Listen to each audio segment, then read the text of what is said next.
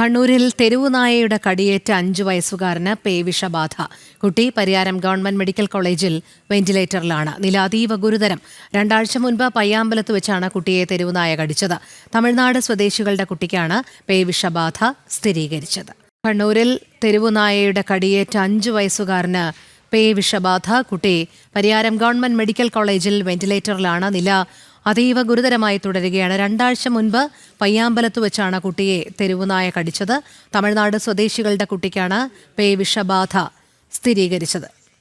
മിഥുൻ പിള്ളയിലേക്ക് പോകുന്നു. മിഥുൻ, പറയൂ.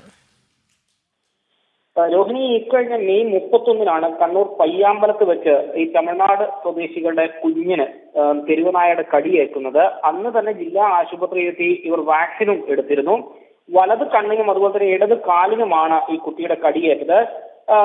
വാക്സിൻ എടുത്തതിന് ശേഷം കഴിഞ്ഞ ദിവസം ഈ കുട്ടിക്ക് പേവിഷബാധ സ്ഥിരീകരിക്കുകയായിരുന്നു. ഇപ്പോൾ അതീവ ഗുരുതരാവസ്ഥയിലാണ് ഈ 5 വയസ്സുകാരൻ എന്നാണ് മനസ്സിലാക്കാൻ വേണ്ടി സാധിക്കുന്നത്.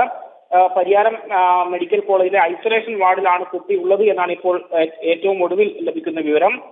കുട്ടിക്ക് പേവിഷബാധയുടെ എല്ലാ ലക്ഷണങ്ങളും കാണിച്ചു തുടങ്ങിയെന്ന് മെഡിക്കൽ കോളേജ് അധികൃതർ വ്യക്തമാക്കുന്നുണ്ട്. അതീവ ഗുരുതരാവസ്ഥയിൽ തന്നെ തുടരുകയാണ്. അന്നേരം ഈ എന്തുകൊണ്ടാണ് ഇത്തരത്തിൽ വാക്സിൻ എടുത്തതിന് ശേഷവും ഇത്തരത്തിൽ പേവിഷബാധ ഉണ്ടാകുന്നത് എന്നൊരു സംശയം തന്നെയാണ് ഇപ്പോൾ നിലനിൽക്കുന്നത്.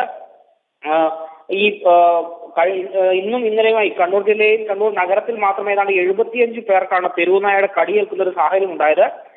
ഈ വാക്സിൻ എടുത്തതിന് ശേഷവും കുട്ടി ഈ 5 വയസ്സുകാരന് പേവിഷബാധ സ്ഥിരീകരിച്ച പശ്ചാത്തലത്തിൽ മറ്റ് 75 പേർക്കും ആശങ്കയുണ്ടാക്കുന്ന ഒരു കാര്യം തന്നെയാണ് ഇപ്പോൾ പുറത്തുവന്നിരിക്കുന്നത്. തുടർ നടപടികളെ സംബന്ധിച്ചും പരിശോധനകളെ സംബന്ധിച്ചുമുള്ള കാര്യങ്ങളുമായി ഇപ്പോൾ അധികൃതർ മുന്നോട്ട് പോവുകയാണ്. എന്തുകൊണ്ടാണ് ഈ വാക്സിൻ എടുത്തതിന് ശേഷവും ഇത്തരത്തിൽ പേവിഷബാധ ഉണ്ടായതെന്നൊരു സംശയം അത് ദൂരീകരിക്കാനുള്ള ശ്രമത്തിലാണ് ഇപ്പോൾ അധികൃതർ ഉള്ളത്. ശരി, മിഥുൻ പിള്ളയാണ് വിവരങ്ങൾ നൽകിയത്.